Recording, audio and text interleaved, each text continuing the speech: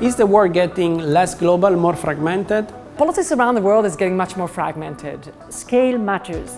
It matters to be heard in the world, to be able to be listened, to defend our values, our interests. The Capital Market Union is crucial to get the funds that are needed to finance the green transition and the digital transition. And requires long-term structural solutions. The demographic transition is a fundamental long-term change. We are facing the climate change transition. This is a big challenge we have ahead of us.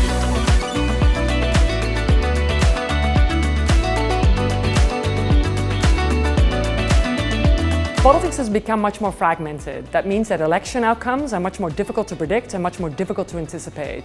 This makes it much more difficult for company leaders or business people to try to anticipate where politics is heading and to adjust their strategies accordingly. So that's why it's very important for business also to acquaint themselves with politics in order to try to predict where it's going to go. I believe that the European Union is facing quite a number of relevant challenges. I would mention first the competitiveness challenge. The European economy has been shrinking in the last 15 years with respect to the US one.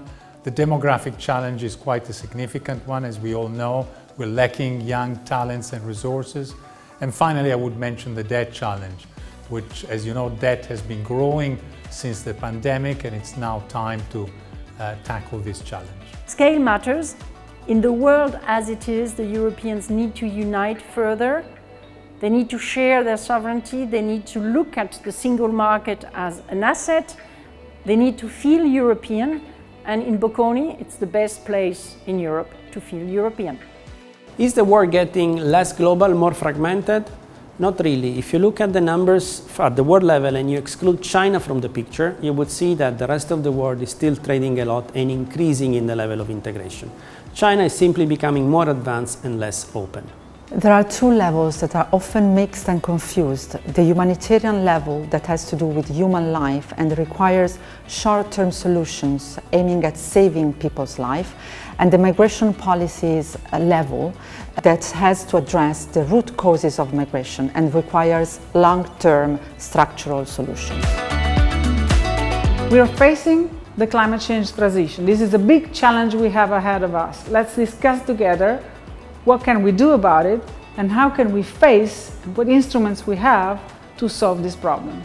The demographic transition is a fundamental long-term change. It brings population aging because we live longer. It brings several generations to live together at the same time, for the first time in history.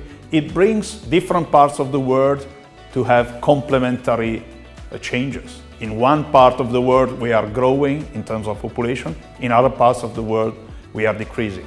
This is a fundamental challenge for policy, business and the economy.